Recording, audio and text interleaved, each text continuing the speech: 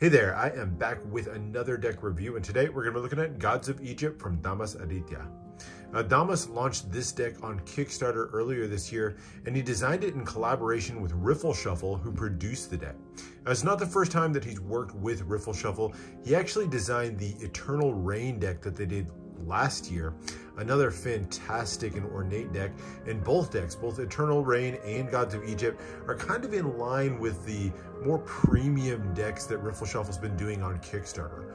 All of them feature fully custom decks and tuck cases that are ornate, foiled, embossed, and feature all sorts of different details on them. But let's see how Dhamas did with this Egyptian mythology themed deck. Now, the deck comes in 3 different versions. There's the 2 standard versions here. We have the Blue Nile and the Egypt Ochre deck. And then we have the Golden Oasis. This one was a stretch goal and the sort of most premium of the 3 decks. Now, we're gonna look at all these in turn so you can see some of the differences between them. But let's start off with the Blue Nile deck. All right, now the tuck case is done on a soft touch cardboard, this blue color, very bright color, and it's covered with both silver and blue foils, mostly silver, little accents of blue foil. Has a very, very slight embossing, not much at all, just enough to give it a little bit of texture. On the front design, you have Gods of Egypt playing cards across the top, Riffle Shuffle at the bottom, and then a huge amount of just Egyptian themes that are crammed into this, all done in that super shiny silver foil. Of course, in the center, you have the Pharaoh's tomb with an image of the Pharaoh across the top, extending his hands out. He's flanked on both sides by a couple of statues of the first of the many Egyptian gods that we're going to see.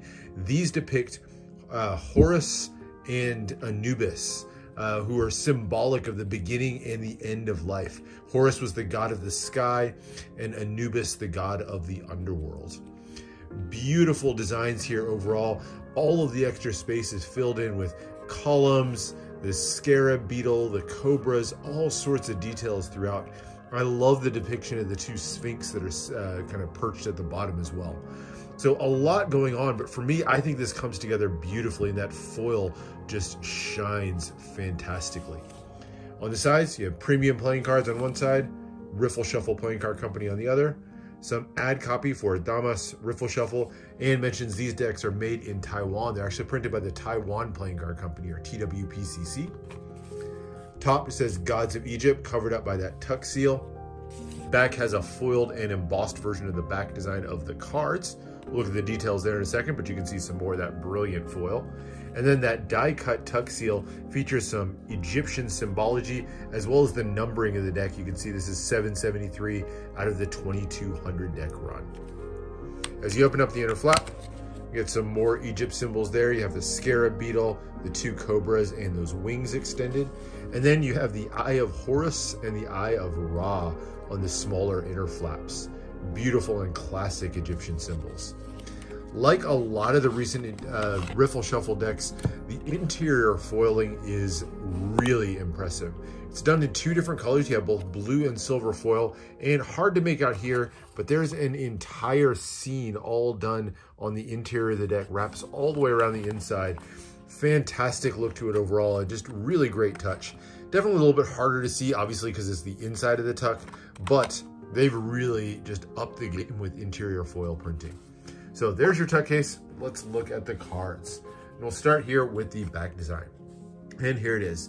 So it's done on a kind of navy blue, and it's covered with silver metallic inks. There's a lot going on here.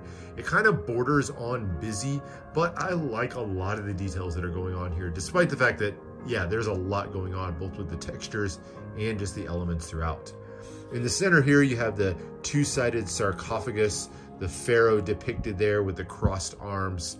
I love the shape of like the wings that kind of flare up as his arms. And then the columns on the side feature other Egyptian symbols, like you've got the cobra perched there, or the bird, I believe that's a vulture, in the corners as well. Really nice overall. I like the colors that are used on this. I like the contrast. Definitely shows up pretty well with those details, even with those kind of finer details. But like I said, really just touches on being an overly busy back design. The thin white poker border is kind of broken up with a few very subtle broken border elements as well. So there's your back design. You only get 2 extra cards in this deck. Those are the 2 jokers, the black joker and the, I guess I'll call it red joker. It's a deep, deep red maybe there. But they both depict a pharaoh in kind of a court card style pose with a 2-sided card there. So it's a 2-way joker. Both of them depicting a pharaoh, one with sort of hits of blue in the clothes there, and the other one with hits of red to sort of differentiate them very slightly, but same artwork between the 2 of them. I like too the border here done in that silver metallic ink, kind of has that light faded look, almost like it's a watermark in the background. So there's your 2 jokers. The aces, so the ace of spades, like most decks, is going to be the power ace. Features that big, bold spade pip made out of the scarab beetle, and then the 2 wings flaring up to meet at that blue jewel at the top. And then again, in that sort of watermark effect created by that silver metallic ink, you have Gods of Egypt and Riffle Shuffle Playing Card Company at the bottom. So nice spade pip. I love the artwork on this one. I think it's really well done. Classic, pretty easy to read pip and index in the corner. Not too custom on this, just a very slight customization on that pip. The other 3 aces all feature unique artwork in the center of each one of those enlarged pips in the middle as well. So you have the pharaoh there on the ace of diamonds. The ace of clubs has that cobra's head extending across the top, and then a scale here with a human heart on one side, and not sure what that is, if that's a feather or something on the other side. And then on the ace of hearts, you get that Ankh symbol, the classic symbol of life in the Egyptian mythology, and then 2 gods flanked on either side. So there's your 4 aces, nicely done on those.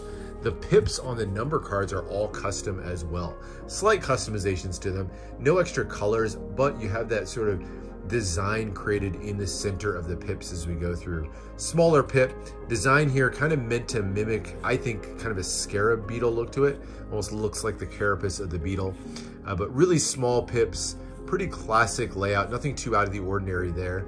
As you go to the diamonds, the symbol changes to this 2-sided symbol. Almost looks like an infinity symbol, or I think this is meant to be a partial Ankh that's been reflected to create this design here.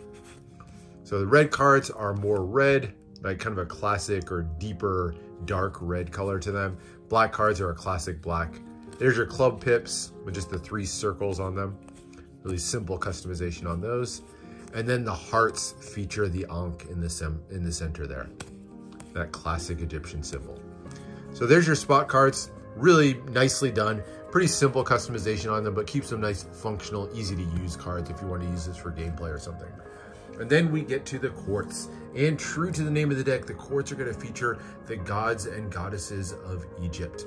A number of different gods across all different areas, whether they were gods that controlled some aspect of life, or maybe were protectors of some part of Egypt. Mythology is very rich and detailed for the Egyptians.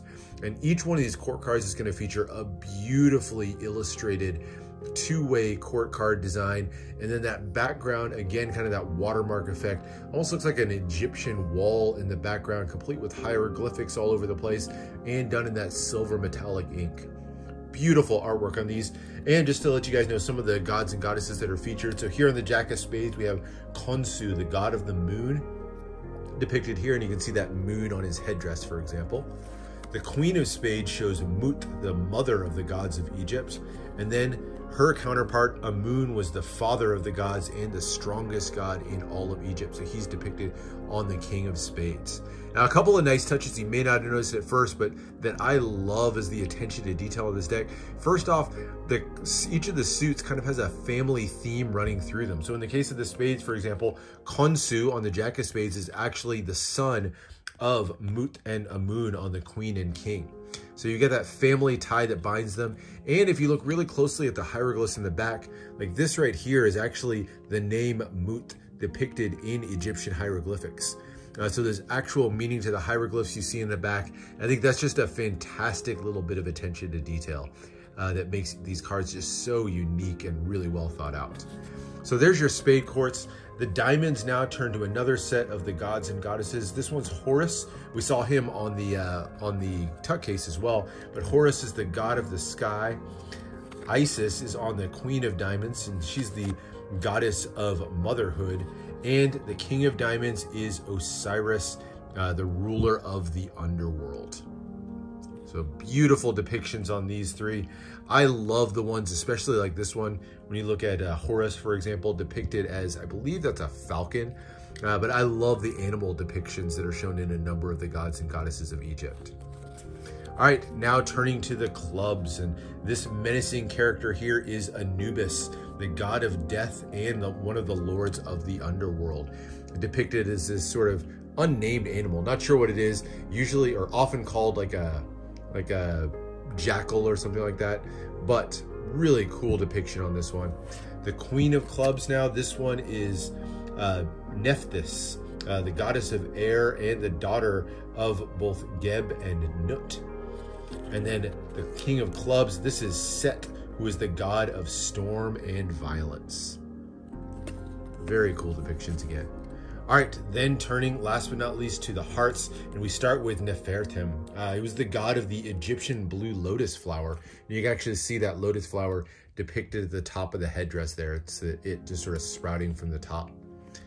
And then the Queen of Hearts, this is a really cool one. The Queen of Hearts is Sekhmet, who is a lioness goddess. You can see the lion head there.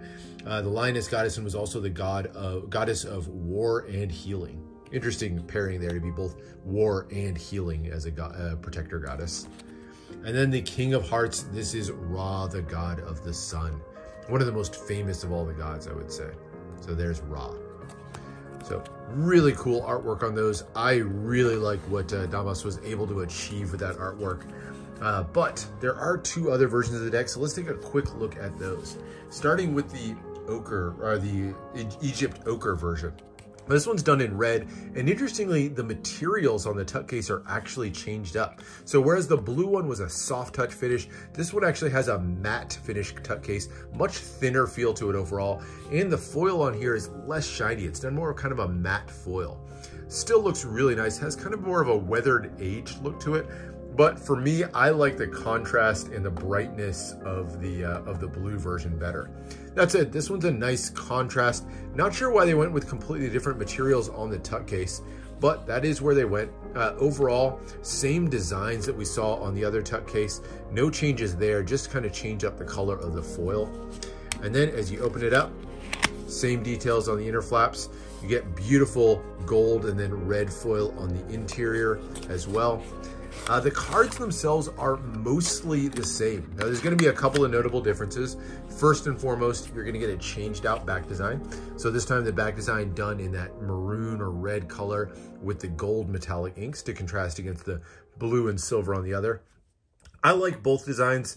I've got to say between these two as I look at them, the red and gold contrasts a little bit better to me than the blue and silver. So while I like the tuck case of the blue one better, I like the back design a little bit better on the red cards. But still does have that kind of busy feel to it overall. The cards themselves, not as much of a change. So you'll see here on the Ace of Spades, you get a little bit of a color change. So more hits of red in here. The gold metallic ink in the background replaces that silver metallic ink. And then as you go through the rest of the cards, it's mostly the same. You do get the background of these replaced with gold metallic ink, so you get some slight color changes on the court cards, but for the most part, this deck features the same artwork, same depictions as we saw before, just some little color variations to differentiate it from the other deck, mostly in that background with the gold metallics. So that is the second version of the deck. And the last one is the most premium, and that's the Golden Oasis deck. This one looks magnificent to me. It's done in a mixture of gold holographic and regular holographic foils to just really give a unique shine to the deck overall. Not just the shine of the gold, but just those shifting colors as you tilt it in the light. Really beautifully done against that green matte cardstock, and it just glows on all sides. I think that's a really cool color scheme. Continues all the way through to the interior of the tuck, where you get that same mixture of foils that we looked at before. And the most impressive part of the deck overall really comes when you get to the back design. The back design is done in full gold foil all the way through. Really high level of shine against this one. I've got to say, as impressive as the gold foil is though, it's a lot harder to pick out some of those details. You have to hit it just right in the light. Even as I'm tilting it here, you can see details just get lost as you hit it in the wrong light. So I got to say, for this one, while I think it's impressive, for somebody who really wants to pour into those details, probably a lot easier to pick out on one of the other decks. Once again, you get some slight color changes, so a lot more of a monochromatic feel to this deck overall. So most of that red or blue color we're looking at the others is now just replaced with more gold metallic ink. Gives this one definitely a richer feel overall, but a much simpler and kind of more monochromatic. So here you just have that gold and then black and white color scheme on the court cards. I personally like how this turned out a lot better. I think the artwork looks a lot cleaner done in the simpler color scheme. So for me, I like the faces of the green or the gold deck the most personally.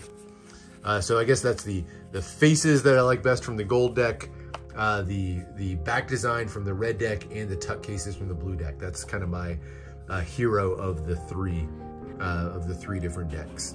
So that's the last of the 3 different versions.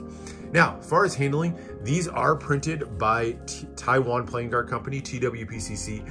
They're up and coming, and I gotta say they do a really good job. Really thin cardstock, and it handles really well. It's got a really soft feel to it. Not as soft as like a Cardamundi, but still a really soft stock, and they handle beautifully. Even on the foil deck, very smooth handling overall. Kind of a nice slide to them without being overly slippery, so no complaints at all on the handling. I think you'll really like these when you get them in hand. Doesn't that gold look great when you kind of flip it in the light there? As far as uses of the deck, for a lot of people, these are going to be collectors art decks, and I really think they serve that purpose. Lots of details to go over on all of the cards as you go through them. Lots of thought put into all the different details about Egypt that are worked into the deck overall. So as an art deck, I think it really works well. I think it's a functional deck if you want to use it for gameplay, certainly. A little overly custom for Magic, and probably not the most suited for cardistry. Kind of busy if you want to use this for cardistry. But for me, gameplay or collectors, that's really going to be where this is at. By the way, hope you enjoyed this look at the Gods of Egypt from Dhamas Adhitya. I enjoyed this deck. Really worth checking out and getting your hands on if you can. But anyway, that's it for now. Make sure to subscribe for more deck reviews and unboxings. Let me know what else you want to see, and I'll see you for the next one.